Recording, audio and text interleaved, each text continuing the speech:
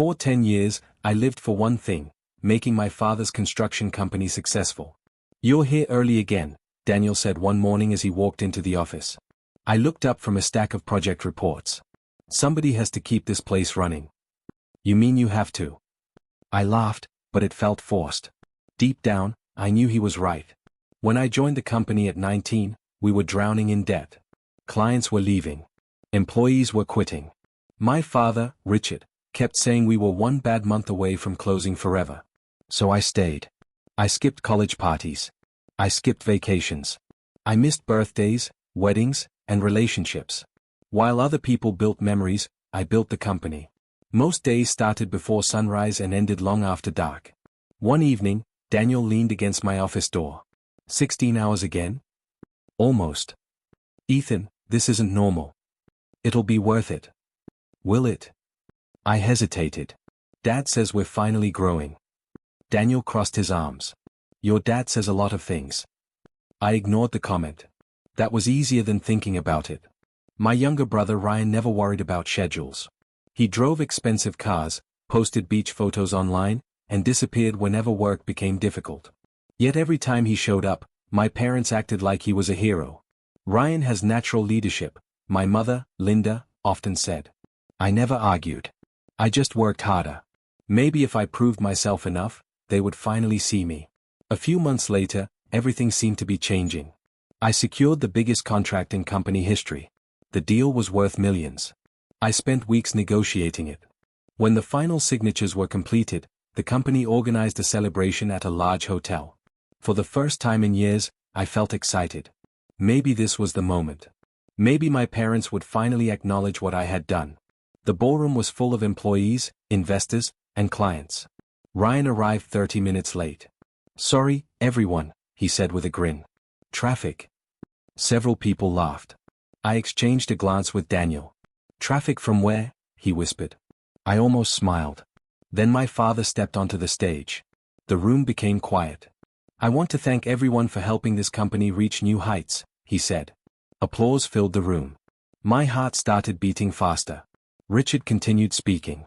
"We have entered a new era." I waited. "We also have a bright future ahead of us." I waited again. Then he turned toward Ryan.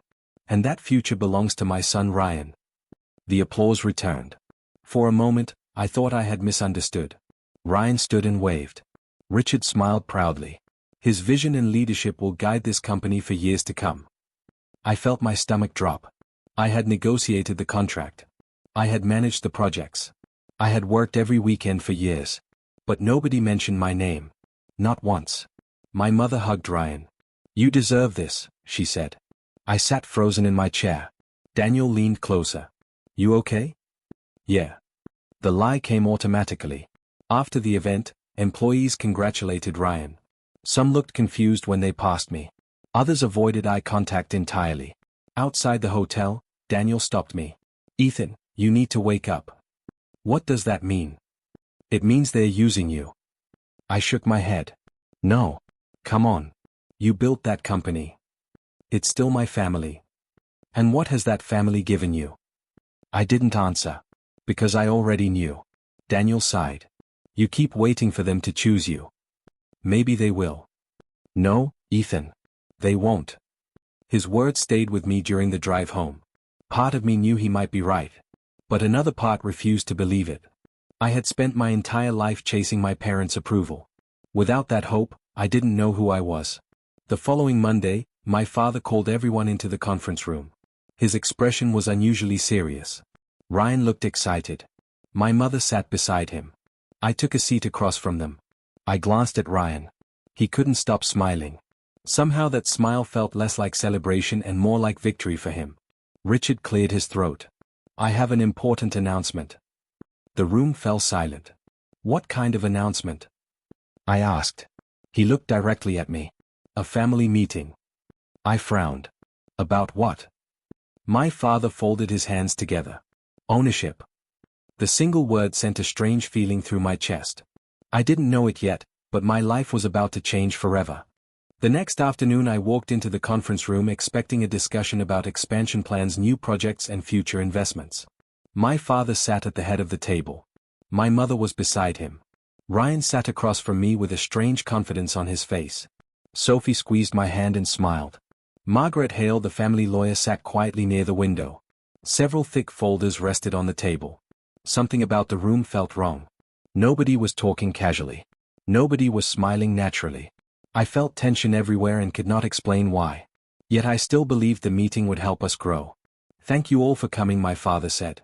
"We have important matters to discuss." I nodded. "Is this about the new regional offices?" I asked. Richard glanced at Ryan before answering. "Not exactly." My stomach tightened. He opened one of the folders and pushed several documents across the table. "These papers finalize our long-term leadership structure." I looked down at the documents. "Leadership structure?" I repeated. "What does that mean?" My father folded his hands. "It means Ryan will assume majority ownership and control of the company." The words hit me like a truck. For several seconds, I could not speak. Then I stared at him. "What are you talking about?" I asked. "I built this company with you." My mother leaned forward. "Ethan, please stay calm." "Calm?" I said. "You are telling me Ryan owns the company now?" Ryan lifted his shoulders. "I didn't ask for this." The performance was terrible. He would not even meet my eyes. "You knew about this beforehand, didn't you?" I asked. Ryan hesitated. That was answer enough. "This is best for the family," my mother said. "Family unity matters more than titles." I laughed bitterly. Easy to say when you're not the one losing everything. My father frowned. "Nobody is losing anything." "Really?" I asked. "Who secured the Mason contract?" Silence. "Who managed the Riverside project?" More silence. "Who spent 10 years fixing every crisis while Ryan took vacations?" Ryan rolled his eyes. "You always make yourself sound like a martyr." I stood up. "Because I was here." Sophie tugged gently at my sleeve. "Ethan, sit down." I looked at her. "You're not saying anything?" She avoided my eyes. "I'm just trying to keep the peace." Those words hurt more than the documents. I expected support from her. Instead, I felt completely alone. My father pushed another set of papers toward me. "These require signatures." I barely looked at them. "What are they?" Richard answered immediately. "Routine administrative updates." Margaret remained silent. She watched everyone carefully but never interrupted. "If they're routine, why rush them today?" I asked. "Because we need efficiency," my father said. Ryan finally spoke. "Just sign them, Ethan. You're making this harder than it needs to be." I stared at him. "Harder for who?" Nobody answered. The silence told me everything. I should have walked away. I should have read every page carefully. Instead, I signed. One document. Then another. Then another. Each signature felt heavier than the last. When it was over, my father smiled. "Good. Now we can move forward." The meeting ended soon afterward. People gathered their papers and left the room. Sophie kissed my cheek. "Everything will be okay." I wanted to believe her. I truly did. Yet something inside me felt broken. Daniel was waiting outside the building when I found him. "How did it go?" he asked. I handed him a copy of the ownership summary. He read it twice. "This can't be right." "It's right." Daniel looked up sharply. "They gave Ryan majority control?" "Yes." "And you signed paperwork?" "Yes." He shook his head. "Something feels wrong, Ethan." I rubbed my forehead. "Maybe I'm overreacting." "No," Daniel said. "Maybe you're finally reacting the right amount."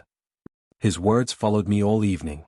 For the first time, I allowed myself to consider a possibility I had avoided for years. What if the people I trusted most did not actually care about me the way I cared about them? That question stayed in my mind the next morning. When I arrived at the office, I headed straight for my department. My assistant looked nervous. "Ethan, there's a problem." "What kind of problem?" I asked. She swallowed. "I tried approving a supplier request, but the system rejected it." "Why?" I said. "Because your authorization level has been changed." My chest tightened. I opened the company database and checked my account. She was right. My authority was gone. Ryan now controlled decisions I used to make. Staring at the screen, I realized everything had changed. The weeks after the ownership transfer felt like a slow collapse. Every morning I walked into the office hoping things would improve. Every evening I left feeling smaller. At our first leadership meeting, Ryan leaned back in his chair and said, "We're changing our strategy." I frowned. Based on what data? My instincts. Several managers exchanged nervous looks. I opened a report. The numbers don't support that approach. Ryan smiled. Good thing I'm the one making decisions. I looked at my father. Are you seriously approving this? Richard nodded. Ryan needs room to lead. The meeting moved on without me. Afterward, one of the project managers stopped me in the hallway. I wanted your opinion on the Northbridge contract. Before I could answer, Ryan appeared. Report directly to me, he said. The manager looked uncomfortable. Of course. He walked away. I stood there silently. Ryan grinned. You need to learn to let go. I clenched my jaw. You haven't earned any of this. Maybe not, he replied, but it's still mine. Days turned into weeks. More and more employees stopped coming to me. Not because they wanted to. Because they were ordered to. The company I helped build was slowly becoming unfamiliar. One afternoon I found Sophie laughing with Ryan near the parking lot. As soon as they noticed me, the conversation ended. What's going on? I asked. Nothing, Sophie said quickly. Ryan smirked. We're allowed to talk. I didn't say you weren't. The moment felt strange. Uncomfortable. I tried to ignore it. But similar moments kept happening. Private jokes. Secret conversations. Sudden silence whenever I appeared. One evening Daniel met me for dinner. You look exhausted, he said. I am. He studied me carefully. Something else is bothering you. I hesitated. Then I told him about Sophie and Ryan. Daniel sighed. I don't like it. Maybe I'm imagining things. You always say that. What does that mean? It means you keep giving people the benefit of the doubt when they don't deserve it. I stared at my coffee. Part of me feared he was right. The next month Ryan announced a major contract negotiation with a national developer. It was the biggest opportunity of the year. I spent days preparing research. When the meeting started, I handed Ryan a folder. Everything you need is here. He barely looked at it. I've got this. The negotiation became a disaster. Ryan promised unrealistic timelines. He ignored legal warnings. He agreed to financial terms that made no sense. I tried to interrupt. Ryan, that's a mistake. He waved me off.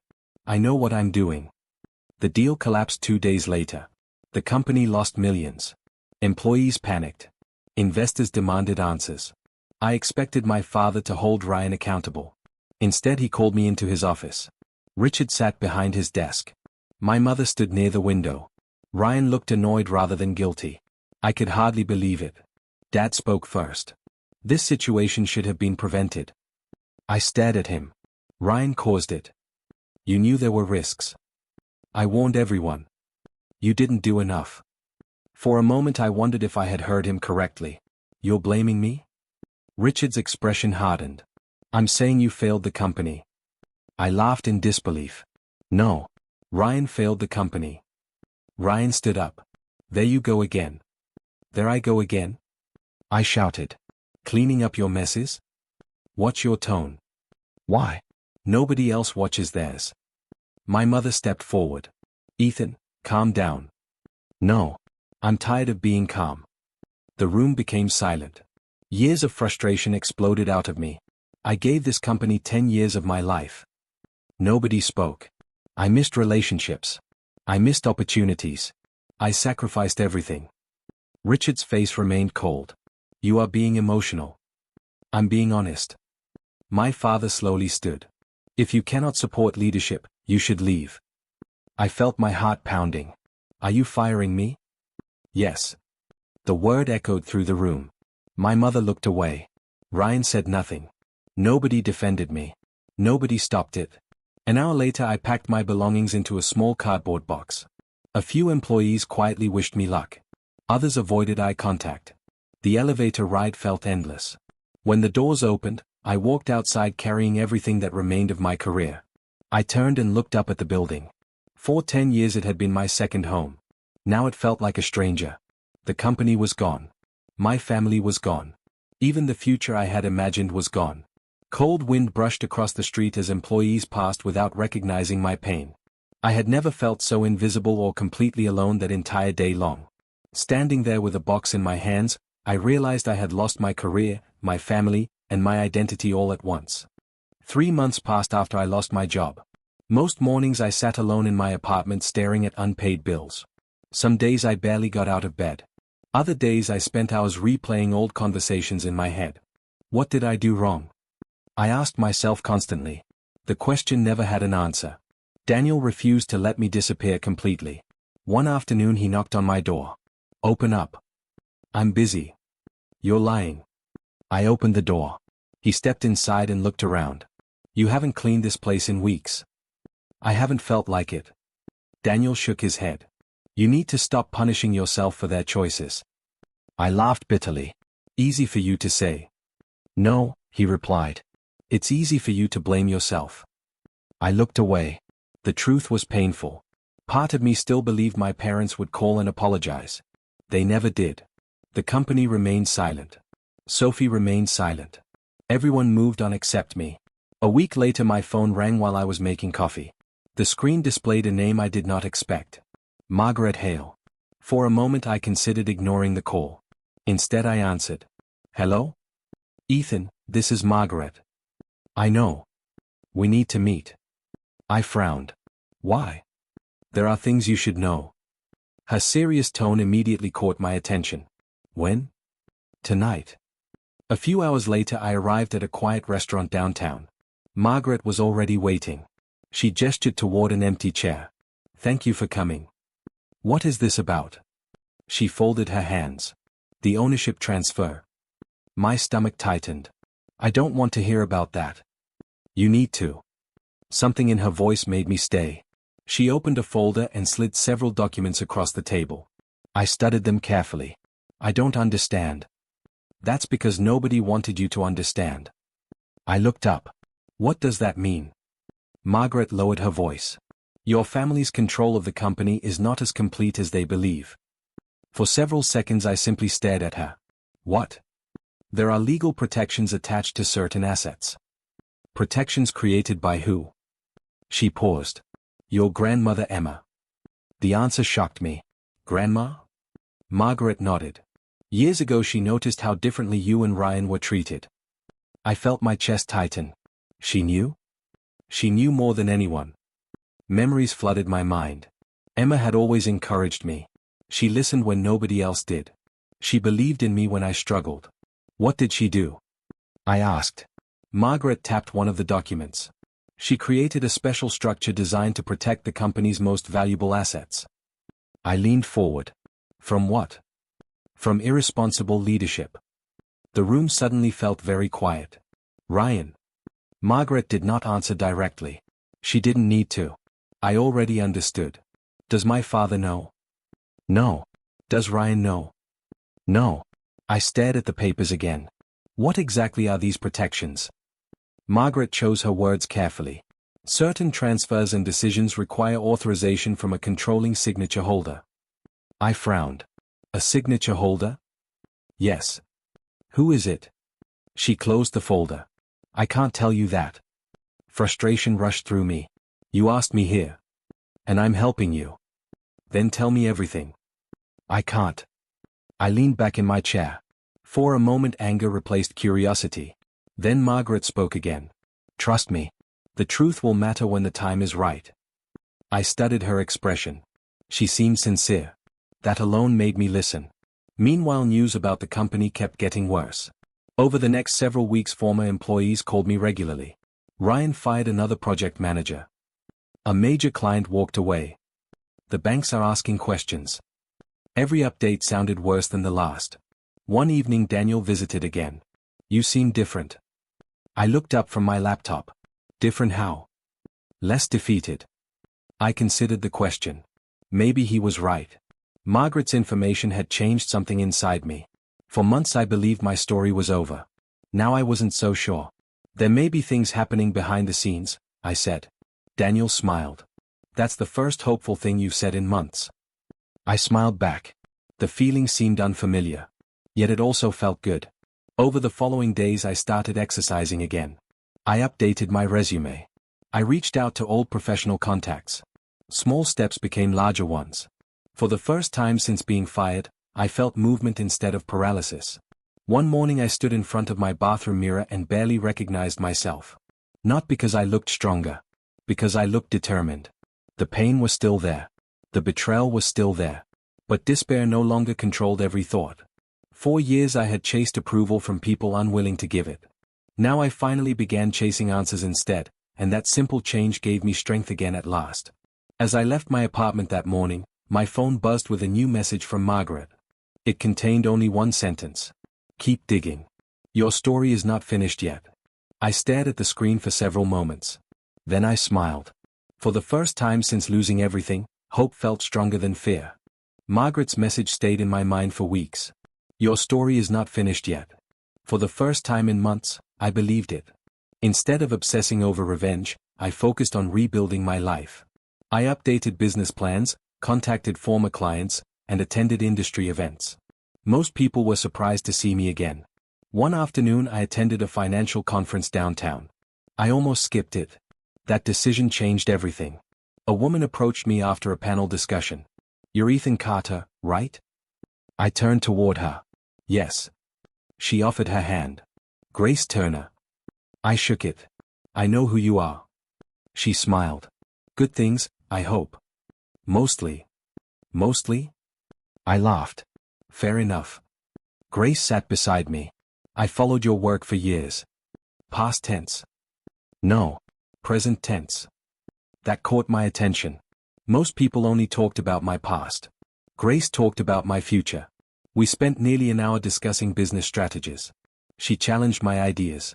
Questioned my assumptions. Disagreed without insulting me. It was refreshing. As we prepared to leave, she handed me a card. I'd like to work together. Why? Because you're talented. The answer felt strange. Nobody in my family had ever said those words so directly.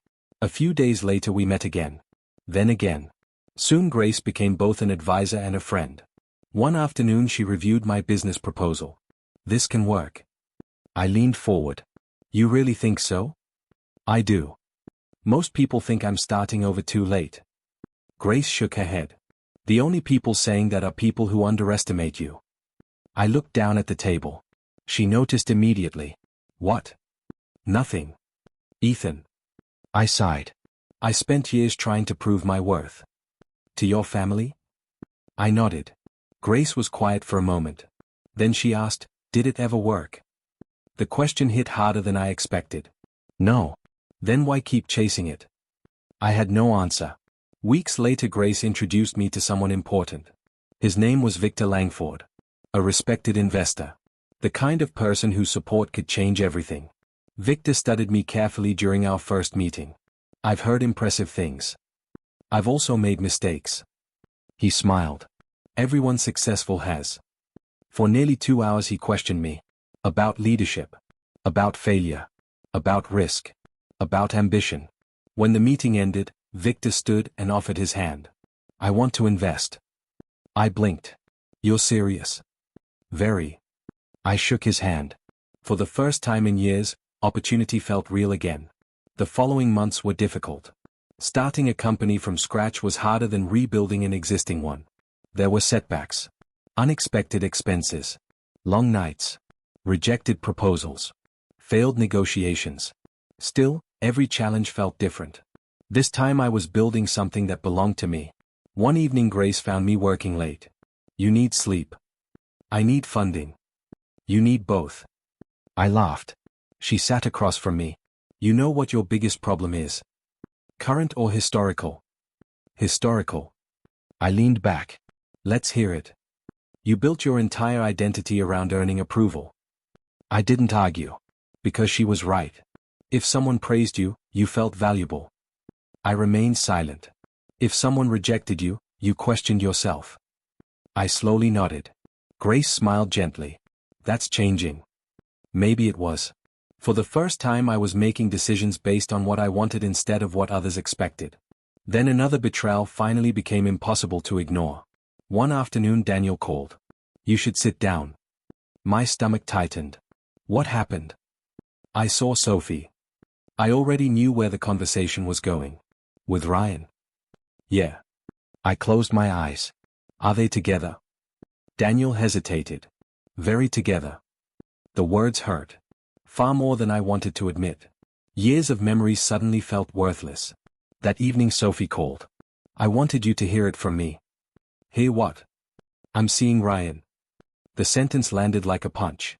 I took a slow breath. How long? Silence. That silence answered everything. I see. Ethan. No. She stopped talking. For years I would have begged for explanations. Not anymore. I hope you're happy, I said. Then I ended the call. The pain remained. But something important had changed. I didn't collapse. I didn't break. I didn't chase people who had already chosen someone else. Instead I returned to work. Day after day. Project after project. Meeting after meeting.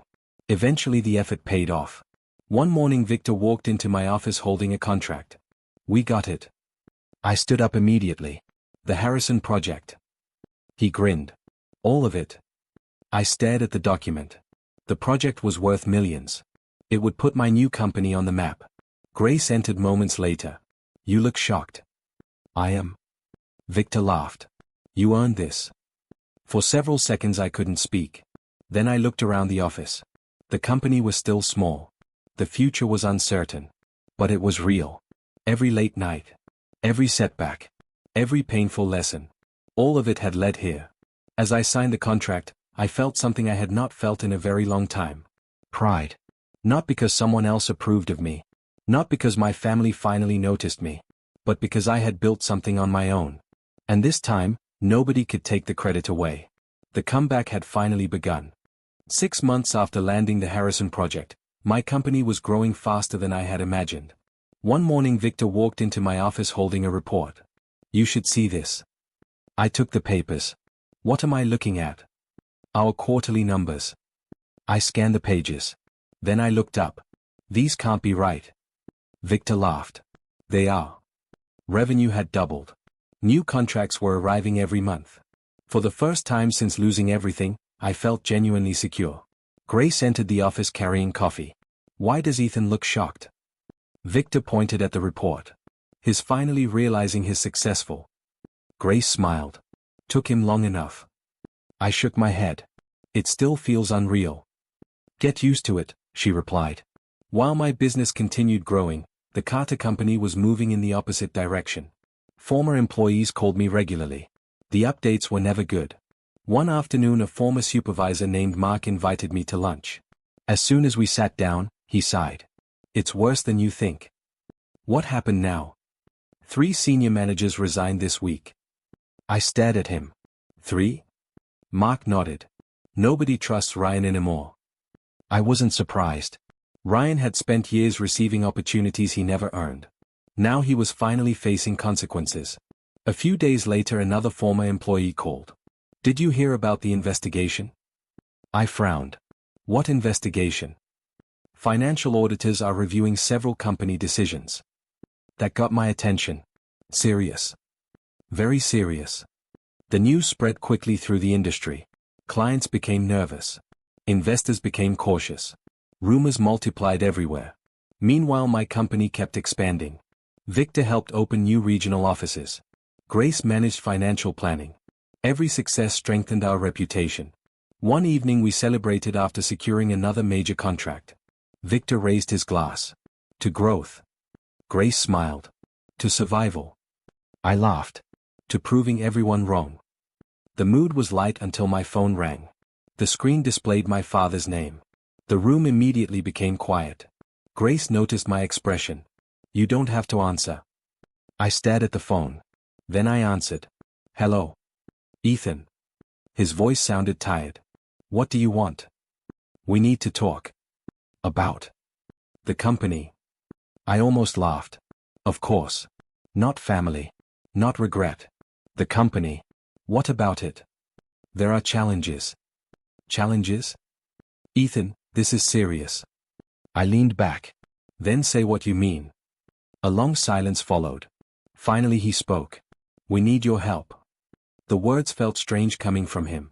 For years he acted like I was replaceable. Now suddenly I was needed. I don't work there anymore. You know the business better than anyone. I looked at Grace. She was watching carefully. My father continued. If you come back, we can fix this. I asked the obvious question. Will ownership be returned? Silence. That silence told me everything. No, he finally admitted. I laughed. You want me to solve the problems without restoring what was taken? Ethan. No. His voice hardened. This company is your responsibility too. I felt anger rising.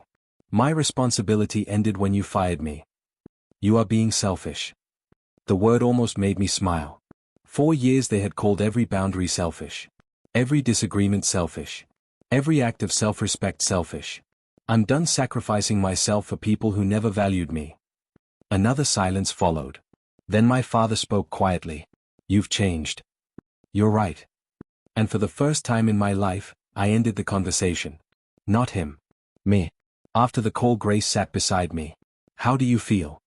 I thought about it. Lighter. She nodded. Good. For years I believed walking away meant failure. Now I was beginning to understand something different. Sometimes walking away was the victory. The following month several familiar faces appeared in my office. Former Carter employees. People I had worked beside for years. Mark was among them. We wanted to talk. I smiled. About jobs.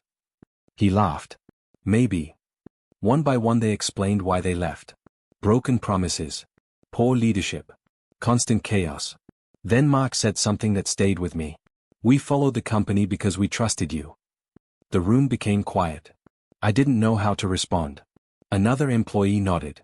You were the reason many of us stayed. For years my family convinced me I wasn't important. Listening to those employees revealed a different truth. My work had mattered. My leadership had mattered. I had mattered. Over the next several weeks many of them joined my company. Their arrival strengthened every department. Projects moved faster. Clients became more confident. Growth accelerated again. At the same time, reports from the Carter company became increasingly disastrous. Lost contracts. Mounting debt. Internal conflict. Everything seemed to be unraveling. One evening I stood in my office overlooking the city. Grace joined me. Thinking? Always. What about? I watched the lights below. My whole life I fought for acceptance. She waited quietly. I thought winning meant making my family choose me. And now? I smiled. Now I think winning means choosing myself. Grace returned the smile. For the first time, those words felt completely true. The balance of power was shifting. The empire my family built on favoritism was beginning to crack. And this time, I wasn't standing underneath the falling pieces. 3 months after my father called asking for help, the Carter company was on the edge of collapse. The rumors were everywhere. Banks were demanding answers. Investors were threatening lawsuits. Suppliers wanted immediate payment. Every week brought another disaster. Then Ryan called me. I almost ignored it. Almost. Hello. Ethan. His voice sounded nothing like the confident man who had stolen my future. What do you want? We need to meet. Why? Because everything is falling apart. I leaned back in my chair. That sounds like your problem. Ethan, please. The word shocked me. Ryan never said please. Not to me. I remained silent. We can't save the company without you. I looked out the window. Months earlier those words would have satisfied me. Now they only felt sad. When? Tomorrow. The next afternoon I entered a conference room at a downtown law office. Everyone was already there. Richard. Linda. Ryan. Margaret. Several lenders. Financial advisors. The atmosphere was tense. Nobody looked comfortable. My father stood when I entered. Ethan. I nodded. Richard. The use of his first name clearly bothered him. I didn't care. Margaret gestured toward an empty chair. Please sit. I took my seat. One of the lenders immediately spoke. The company is approaching insolvency. Another added, without immediate restructuring, legal action will begin. Ryan rubbed his face. We know. The room fell silent. Then my father looked at me. We need your support. I folded my arms. Why? Richard seemed frustrated by the question. Because your family. I almost laughed. Family. The word suddenly felt convenient. When ownership was transferred, family didn't seem important. Linda lowered her eyes. Nobody argued. Because nobody could. Margaret finally spoke. There is another issue. Every head turned toward her. She opened a thick folder. What issue? Ryan asked. Margaret looked directly at him. The company does not fully control its most valuable assets. Confusion spread across the room. What are you talking about? Richard asked. Margaret removed several legal documents. Years ago, Emma Carter established a protection structure. At the mention of my grandmother's name, I sat forward. My father frowned. My mother never told me about that. She didn't trust your judgment regarding succession planning. The sentence hit Richard like a slap. Linda looked stunned. Ryan blinked repeatedly. What protections? He asked. Margaret adjusted her glasses. Certain assets require approval from a controlling signatory. One lender leaned forward. You mean ownership isn't enough? Correct. The room became very quiet. My father stared at the documents. Who holds that authority? Margaret didn't answer immediately. Instead, she looked around the room. Then she spoke. The controlling signatory is Ethan Carter. For several seconds nobody moved. Nobody breathed. Nobody spoke. Ryan was the first to react. What? Richard looked at me. Then at Margaret. Then back at me. That's impossible. No, Margaret replied calmly. It's legal. I felt my heart pounding. Even I hadn't expected that answer. Ryan stood up so quickly his chair nearly fell. You're telling me he controls the assets? Yes. Linda looked completely shocked. My mother chose Ethan? Margaret nodded. She believed he would protect the company from selfish leadership. The words hung in the air. Nobody needed clarification. Everyone understood exactly what Emma meant. Ryan slowly sat down. His face had gone pale. For years he believed everything belonged to him. Now he was learning the truth. My grandmother had never trusted him with real power. Richard looked exhausted. When did this happen? Several years ago. You knew? Yes. The room fell silent again. One lender finally broke it. If Mr. Carter refuses authorization, our restructuring options disappear. Another nodded. The future of this company now depends on him. Every eye turned toward me. The feeling was surreal. For years I had no voice. No authority. No protection. Now the balance had completely reversed. Ryan leaned forward. Ethan. I looked at him. We need your help. The desperation in his voice was impossible to miss. Richard followed. Whatever happened before, we can fix it. I almost smiled. Before. As if years of favoritism were a misunderstanding. As if betrayal were a paperwork error. Linda wiped tears from her eyes. Please. I stared at the table. Memories flooded through my mind. The long nights. The sacrifices. The humiliation. The firing. Sophie. Every wound. Every disappointment. Every moment I convinced myself they would eventually choose me. Now they were the ones asking. The irony was almost unbearable. Margaret slid a folder toward me. Inside were documents requiring my signature. The same signature my grandmother had protected all those years. The same signature nobody knew mattered. Until now. One lender cleared his throat. Mr. Carter, what would you like to do? I looked at the papers. Then at my family. For the first time in my life, the decision belonged entirely to me. Nobody could pressure me. Nobody could overrule me. Nobody could take it away. Ryan's voice shook. Please, Ethan. I closed the folder slowly. The room held its breath. My father looked terrified. My mother looked desperate. Ryan looked broken. 4 years they controlled my future. Now I controlled theirs. And as I stared at the documents resting beneath my hand, I realized I was about to make the most important decision of my life. After the meeting ended, I took the documents home. Nobody stopped me. Nobody argued. For the first time, everyone was waiting for my decision. I sat alone at my kitchen table staring at the folder. One signature could save the company. One refusal could destroy it. For hours I remembered everything that had happened. The years of sacrifice. The ownership transfer. The betrayal. The firing. Sophie choosing Ryan. Every wound felt fresh again. Part of me wanted revenge. Not justice. Not accountability. Revenge. I wanted them to feel the same helplessness I had felt standing outside that building with a cardboard box in my hands. The next morning my phone rang. It was Richard. I answered. What? There was a long silence. Then he spoke. I owe you an explanation. I laughed bitterly. After all these years. Please listen. Against my better judgment, I did. His voice sounded older than I remembered. We favored Ryan. I know. I kept telling myself you were stronger. I closed my eyes. What does that mean? It means I believed you could handle disappointment. Anger rushed through me. So you punished me because I survived it? No. That's exactly what you did. He didn't argue. Because he couldn't. For years I carried responsibilities Ryan never faced. For years I accepted less because everyone expected me to endure it. My father finally whispered, I was wrong. The words came too late. Later that afternoon Linda asked to meet me. We sat across from each other in a quiet cafe. Her eyes were red. I failed you. I remained silent. Tears rolled down her cheeks. Every time your father favored Ryan, I should have stopped it. Why didn't you? She looked down. I was afraid. Afraid of what? Conflict. I stared at her. She had allowed years of damage because confronting it was uncomfortable. I kept thinking things would get better on their own. They didn't. No, she said softly. They didn't.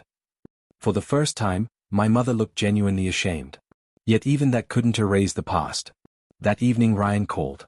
His voice was unsteady. Can we talk? We're talking. I know I don't deserve forgiveness. I said nothing. Ryan continued. I spent my whole life taking things I didn't earn. That was probably the most honest sentence he had ever spoken. I kept believing I deserved them. And now? I asked. I don't know. The answer surprised me. For once he wasn't pretending. For once he wasn't hiding behind confidence. He sounded scared. But fear wasn't accountability. Regret wasn't accountability. Apologies weren't accountability. I finally understood that. The next day I met with Margaret. She placed the documents in front of me. Have you decided? I looked at the pages. Then I looked out the window. My grandmother believed character mattered. Margaret nodded. She did. If I destroy the company out of spite, I become the thing I hate. I agree. I took a slow breath. The decision suddenly felt clear. Not easy, but clear. I won't destroy it. Margaret smiled slightly. And? I won't save Ryan from the consequences either. She waited. I continued. The company can restructure. It can survive. But Ryan loses control. Margaret nodded. That is a reasonable condition. For the first time in days, I felt peace. Not because I had forgiven everyone. I hadn't. Not because the pain disappeared. It hadn't.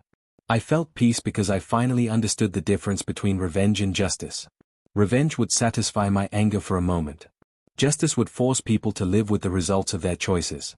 When I left Margaret's office, I knew exactly what I would do. The company would survive. Ryan's power would not. And soon, everyone would learn that accountability was a price no apology could erase. 5 years later, I sat in a glass office overlooking a city I once dreamed of conquering. Now it was simply where I worked.